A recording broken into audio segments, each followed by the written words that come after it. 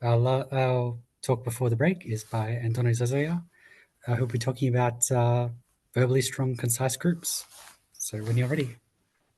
Okay, thank you, Alex, and thank you also to Maria Laura for inviting me here. So today I want to talk about verbally strongly concise groups, and for that I want to go like more than 1 century back to this famous theorem of Schur, which says that whenever the center has finite index in a group, then the derived subgroup, the subgroup generated by all the commutators, this notation, is also finite. But actually, if we go to the proof of this theorem, we will realize that we don't need the center to be a finite index, but we only need that the set of commutators is finite. Of course, if the center has finite index, then the set of commutators is finite because like we have to take a representative of it for the center. And in this case, when the set of commutators is finite, then the derived subgroup is finite. So this led to the question of what happens for other words. So let's fix a bit of notation on what are we talking about, what is a word. I mean, a word is basically an element of the free group. In our case, a word in k variables is an element of the free group in k generators.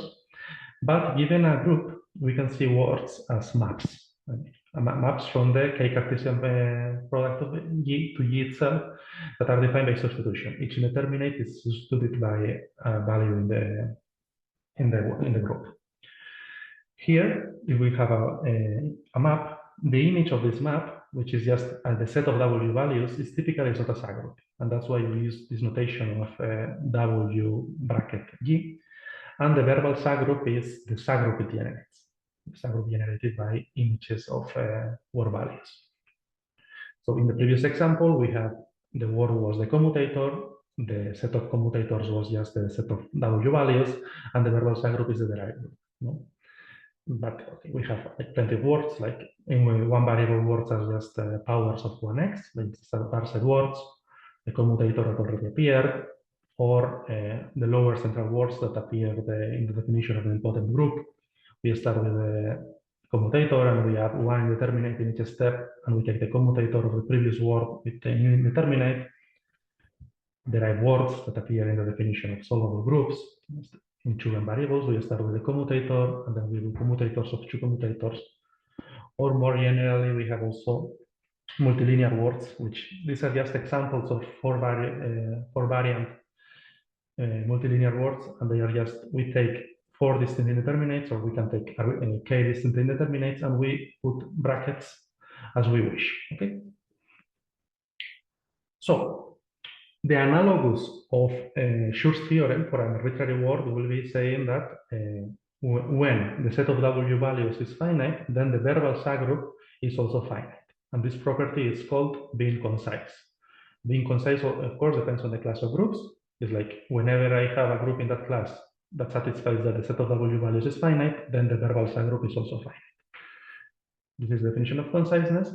And a word is said to be concise, and a class of group is said to be verbally concise if every word is concise in that class. Okay, so the analogous of Schur's theorem is not a theorem now; it's a conjecture, and it was posed like in the 60s by Philip Holt, which is like, is it true that every word is every group is verbally concise, that every word is concise? All natural examples that he studied were. And it was surprisingly proved to be false almost 30 years later by Ivanov, who gave a group and a word with a property where the set of W values is finite, but still the verbal subgroup is infinite. It's cyclic. It's a cyclic group. Of course, this group is not natural. It's in the category of those monsters. But for natural groups and natural words, we still have that this property holds. So just to give an example, we can take two directions. No, like we can study what words are actually concise in the class of all groups, like in any group. And here, like we have some histories and historical results, like non-commutator words, like if a word is an element of the tree group, then the non-commutator means that it doesn't belong to the derived subgroup. We also have the lower central words and the derived words that appear in the previous slide, and also any multilinear word. These results were made in the 60s, 70s. And to show you that, more recent results, we have also that angle words up to 4 indeterminates, like these 3, are concise in any group. This was done independently by Abdo Russo and Fernandez Alcover and Morigi. And also, if we take two non-commutator words, then their commutator is also concise. This was done by Delicia, Shumyatsky, Tortora, and Tota, like more recently. So this is one direction we can take, that is study words that are concise in any group. But we can take also the other direction, which I'm more interested on, which is like, okay, give me classes of groups where every word is concise, that have the property for every word. And here, first we have like two baby examples, and they are really easy examples. The first of them is abelian groups, of course. In an abelian group, if you multiply two words values, then it will be another word value. Like you can commute everything. And so here, actually, the verbal subgroup and the set of W values is the same. So if one is finite, the other one must be finite too. And the other easy example is also the one of periodic groups, because it's not difficult to say that when the set of W values is finite, then its derived subgroup, the derived subgroup of the verbal subgroup, is finite. And so by quotienting by a finite set, we can assume always that we are working in an abelian group, like the verbal subgroup is abelian. And so if we have a finally generated abelian group that is torsion because we are in a periodic group, then it will be finite. Actually, this led to the study of the following question, also like an intermediate step of conciseness. When we study conciseness, we start with the setting that the set of W values is finite, and the question is the verbal subgroup finite? And we know that no, that we already know the contraexample of Ivanov.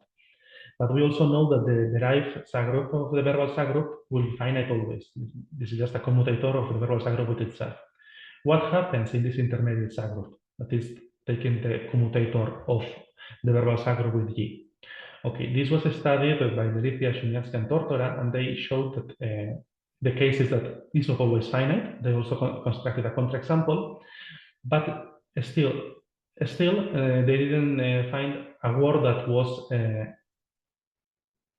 these properties have names, like we have conciseness, and this property of the intermediate subgroup being finite is called semi-conciseness, and actually they are different properties. Like they didn't find this example, and they asked this question, and you can find a word that is non-concise in the sense that for some group has the property that the verbal subgroup is infinite, but still, whenever the set of W values is finite, then this commutator of the W value with D is actually finite.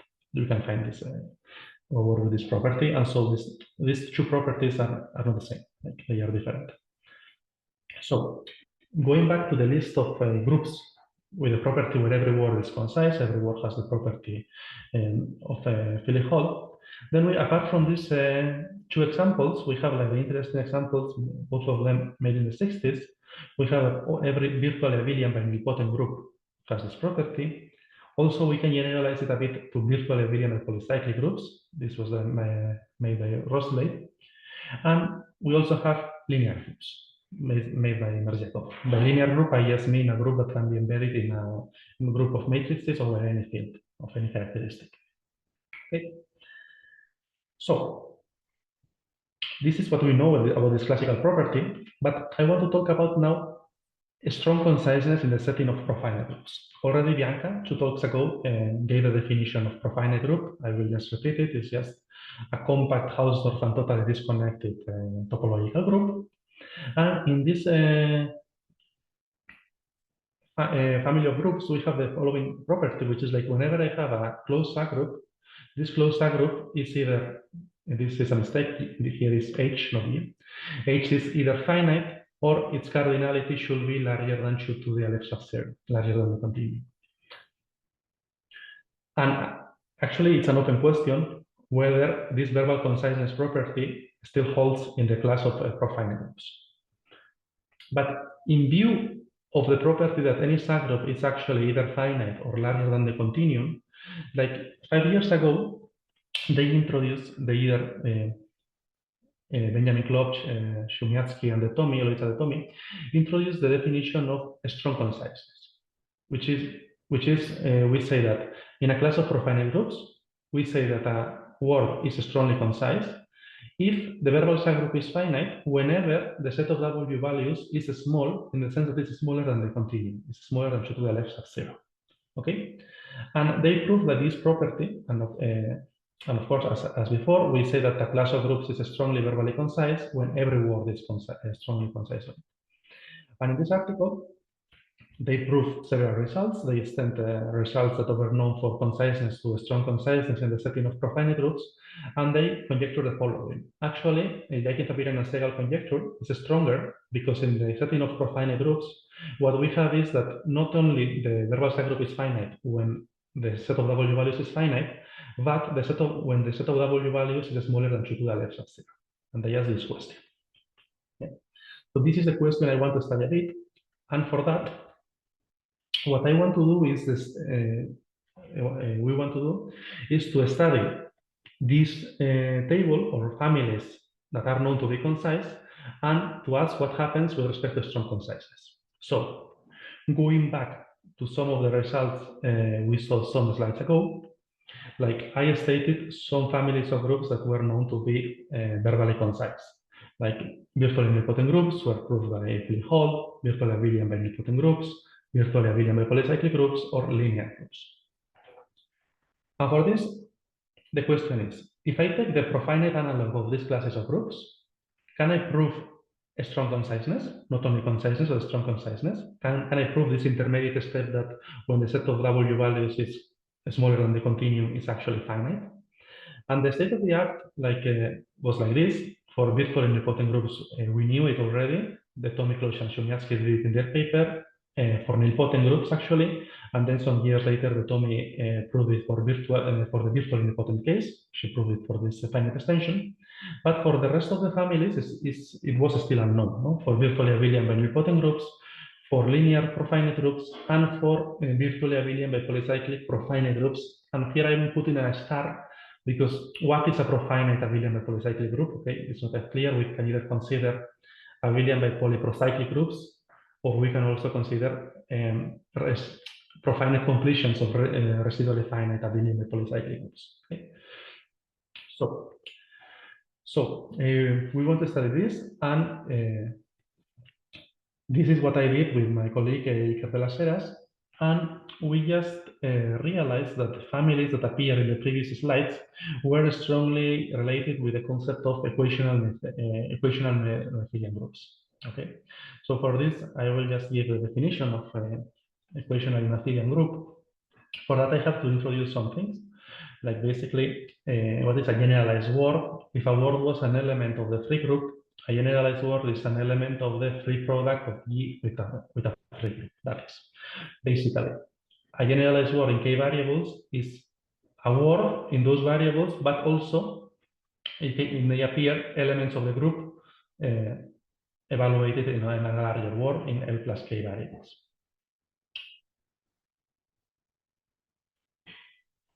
And using these generalized words, we can define a verbal topology in G to the K. It's just basically a topology in which the subbasis is given by solution sets for those generalized words. That is, we take fibers of sets of generalized words as subbasis of closed sets. This is something similar that we do in the Taritsky topology, giving fibers of polynomials, but here we just give fibers of words. Yeah. And being equationally Noetherian, it's like we have this Noetherianity condition, which means that a descending chain of verbally closed subsets in G to the K actually stabilizes for every index K.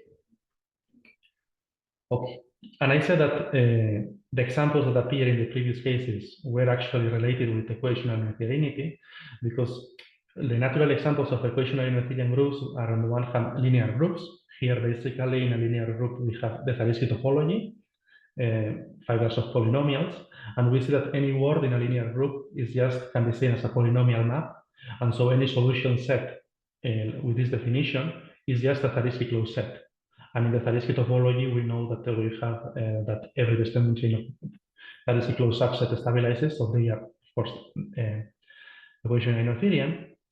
But also we find the families of finally generated abelian-by-nilpotent groups. This was made in the 70s, or more recently, Baliunas extended this to finally generated abelian-by-polycyclic groups. So we can see that the families that are known to be equationally Noetherian and were known to be concise were really related. And with this, we started the study. Is it true that if I have a group that is separately profinite and equationally Noetherian, and the set of W values is small, in the sense smaller than the continuum, is actually finite? Because then, using the conciseness that we know for those families, we can conclude that also our new family is concise. And for this, everything goes to this lemma, which is just the setting. We have a word, we have a group that is separately equationally Noetherian and profinite, and we consider the connected component of the identity with respect to the verbal topology.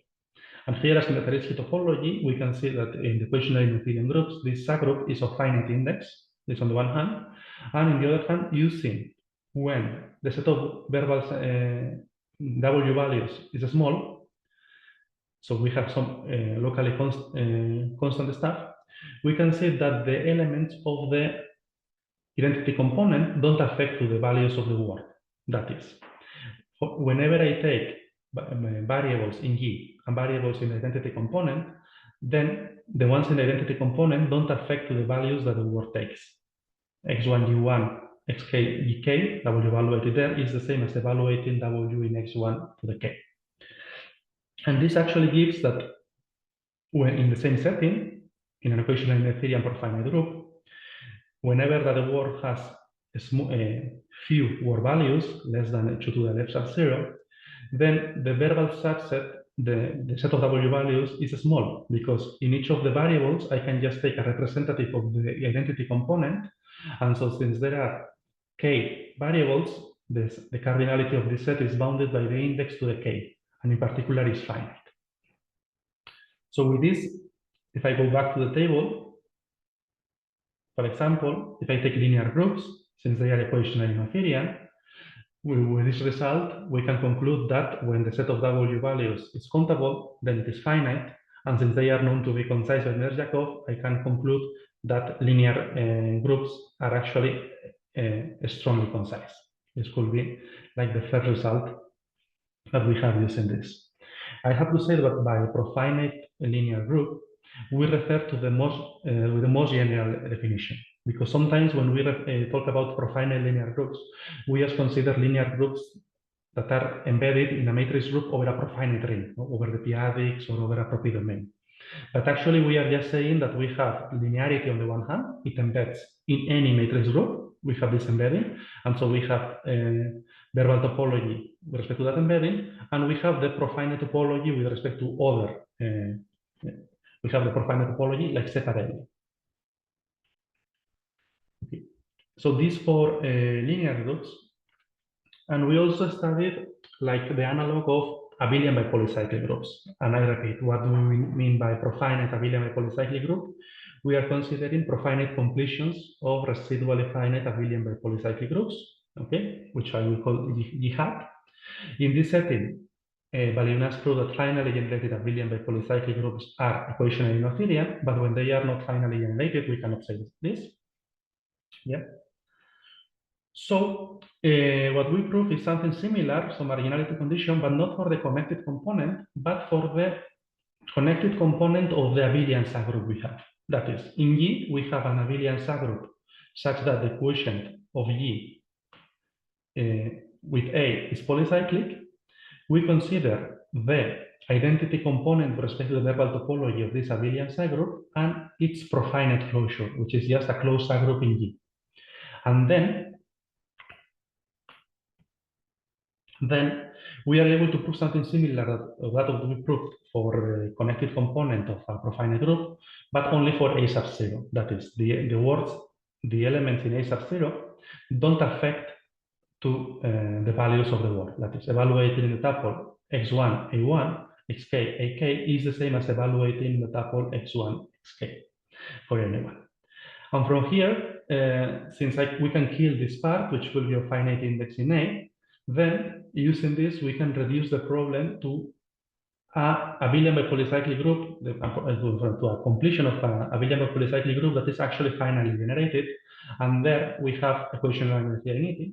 And so here we can conclude the same result using the previous one, that the profinite completion of a residually finite abelian-by-polycyclic group is actually verbally strong and concise.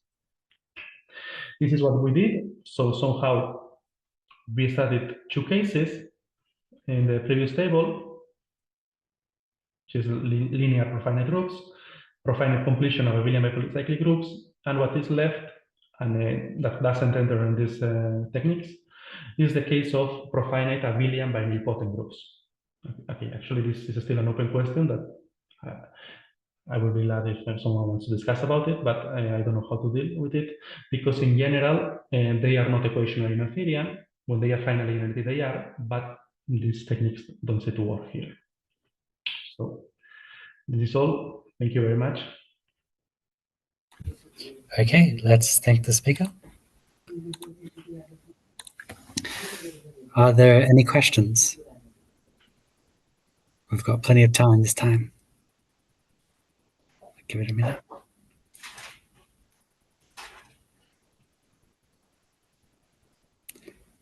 Okay, while we wait for people to come up with questions, I'll ask the obvious thing. So the open question that you had on the previous slide, what do you think the answer will be? Sorry, can you repeat, please? So the open question that you had on the previous slide, Yeah. do you think the answer is yes or no?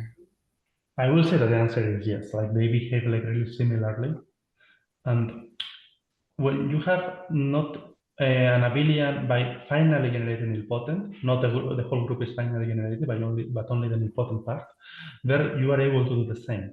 So I would say that, yeah, the normal answer will be that you can prove the same here. Mm-hmm. So I have a question. So what are the techniques you use to prove that some word is every word is verbally strongly concise on some particular type of like profinite groups? And basically, it's like the idea is that since we are studying classes of groups that are known to be concise, the single step we are worried about is like we have to go from infinite but countable, I mean smaller than 2 to the left of 0, to the finite case. That is, I want to prove basically that for my classes of groups, being smaller than 2 to the left of 0 actually implies that this is finite. And in order to ensure that this is finite, I want to do something similar to the we have in Schur's theorem with respect to the center. We have that only representative of the center matter. And so here what we do is basically sorry, your voice is echoing, so sorry. Sorry. I will repeat. Basically, I want to prove that the set of W values is finite. Yeah. When this is countable, like this is smaller than the continuum.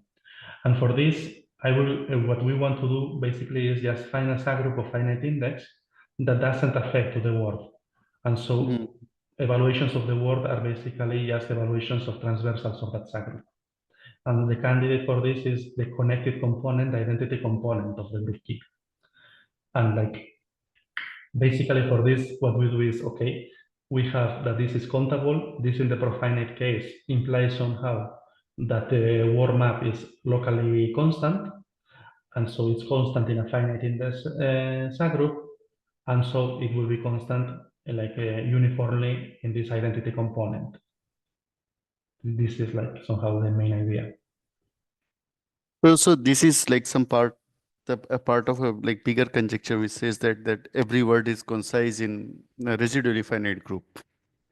Yeah, I mean, here, yeah, this is like the conjecture of Jenkins, Tapira, and Segal, what I called, is the same. I mean, it's the same asking it in residually finite groups and in profinite groups because you can always go to the profinite completion.